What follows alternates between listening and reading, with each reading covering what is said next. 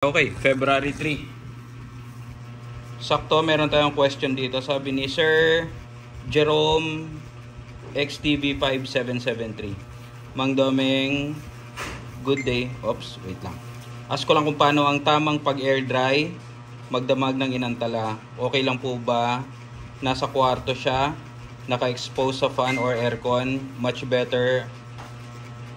Ang nasa loob ng container tas nakataklob. Salamat po, sana mapansin, God bless. Okay, so sakto naman, kaya vlog na rin natin. Si Boss Bobay ang gumagawa ng tad-tad natin ngayon. So ganito ang ginagawa namin. Pagkatad-tad, nilalagay namin sa stainless. To, stainless na mga batya. Pero make sure nyo na meron kayong strainer. Katulad nito. May strainer sa ilalim to, boy. Boy, to. Yan. So, yan. Nasa ilalim. Yun, kung kita. May strainer sa ilalim yan. Kasi kapag na-expose yan, pina-air dry nyo. Kunyari, magdamag kayo nag-air dry. Sa akin, improvise lang na fan, no? Fan. Yan. Kapag nag-air dry kayo, tapos hindi sakto nakalapat, kasama yung drapings niya. Yan. Sakto nakalapat yung drapings. Masisira yung ano nyo, yung balat, babaho, kasi may expose siya dun sa mismong drippings. So ginagawa namin yan, ganyan. So magdamagan yan bago namin isa lang gawing inantala. Yan, ganyan, katulad nito. Tignan mo yung drippings nyan, madami na. So sa question na kailangan open or closed, should always be open para mag-circulate yung air. Kasi nga, papa-air dry tayo. Pag kinulob mo yan, antimano, magkakaroon ka ng problema. Tapos, kung fan or aircon, AC is very expensive. So, fan na lang. Mas maganda. Readily available. Ito yung mga...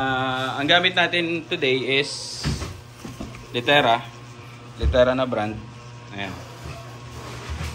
So, si Boss Boboy ang buwaba na to. Parang astronaut yan. Okay ka na, boy? Tayo. So, yan yung sinalin niya. Yan. So, papatik-tikin uli natin yan. Papadrip uli natin yan. Just to make sure. Yan. Mang Domeng, hindi na ba kayo nagbibilad? Yes, hindi na. Kasi, kahit anong tago mo dun sa produkto mo, sa langaw, wala. Langaw at langaw pa rin ang kalaban. Wala kang kalaban-laban sa langaw. So, ito, might as well gawa ka ng lugar kung saan ka pwedeng magpatiktik or magpa air dry. Yan, tulad nito, kung nagsisimula pa lang naman kayo, siguro isang batya pwede na sa loob ng bahay, pwede na yun. Tapos tapatan na lang ng electric fan.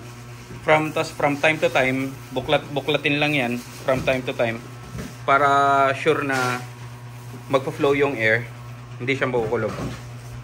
Okay? Oops.